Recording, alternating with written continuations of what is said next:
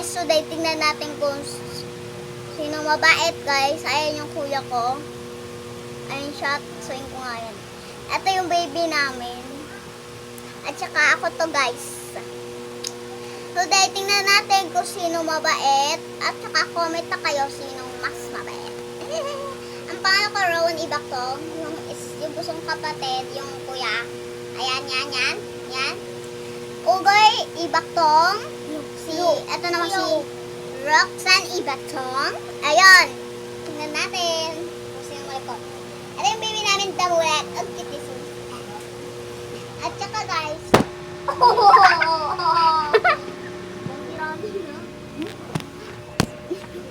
Sorry guys, nahulog.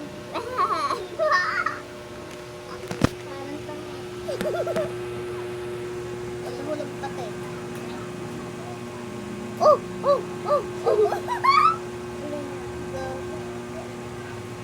Mamatay lagi.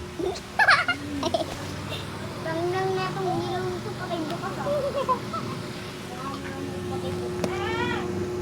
Yan! Hello, baby pop! Ayun guys, sino mas mabait?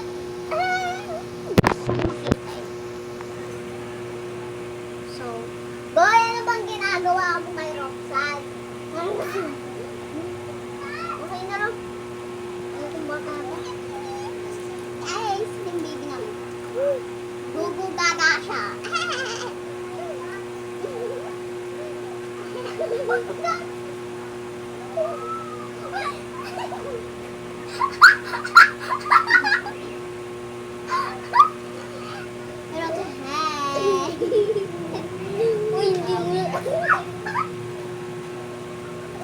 Uy, di ako miyat.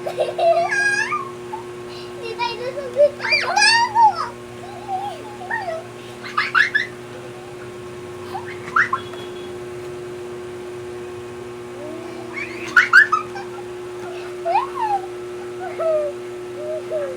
Ang gusto namin kapatid, batikot.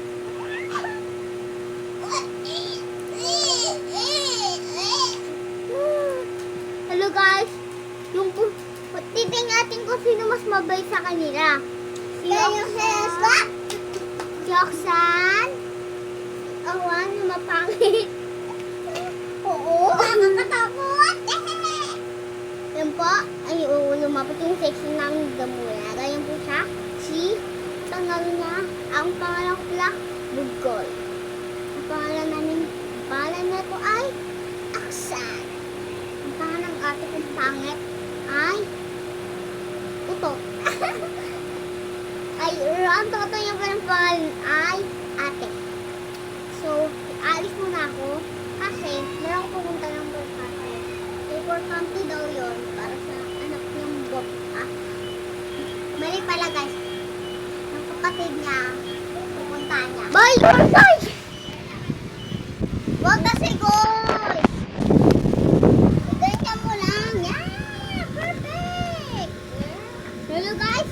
Kami tatlo. Kasi inanak si Osan. Ang una muna si ate. Ate ko mapangit na sexy. Sexy. Ayaw mo lang!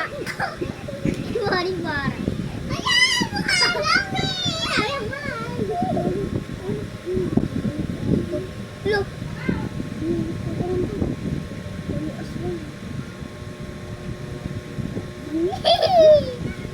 Hello guys! Ang nauna umanak si Owan. Wala si Roxanne. Wala pa siya. Saka ako na wala sumunod. Uy, yung ginagawa mo. Anong ginagawa mo? Uy. Ang ginahulog ito talaga yun. Huwag lunulog mo. Guys, sorry guys ako. Nakapagba.